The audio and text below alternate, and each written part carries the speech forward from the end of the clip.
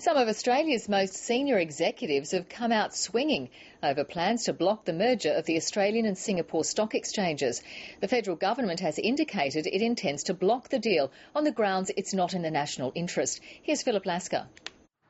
They're refurbishing the stock exchange gallery in Sydney, but the changes are likely to be just cosmetic. The Foreign Investment Review Board has blocked a more significant refurbishment, a takeover by the Singapore Stock Exchange. It was the unanimous advice of all FIRB members that the takeover would not be in the national interest. So the parties yesterday were informed that I intended to take that decision and given an opportunity to respond.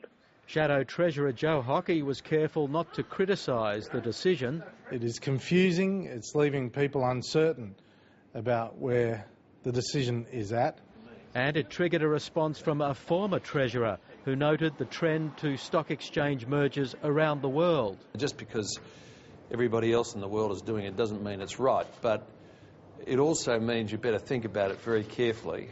Treasurer Wayne Swan stressed Australia welcomes foreign investment, but that's not the way some of Australia's top executives saw it. This is another case of increasing protectionism we're seeing throughout the world. Small investors who supported a merger were worried about a structure that resulted in Singaporean ownership of Australia's market regulator. And the fact that we were looking at a foreign company taking over that side, there were always going to be issues in how this was going to be managed. Yes, sure, at a business level there is a merger taking place, but not at a regulatory level. Not everyone says the deal is dead, and some investors were still happy to buy ASX shares.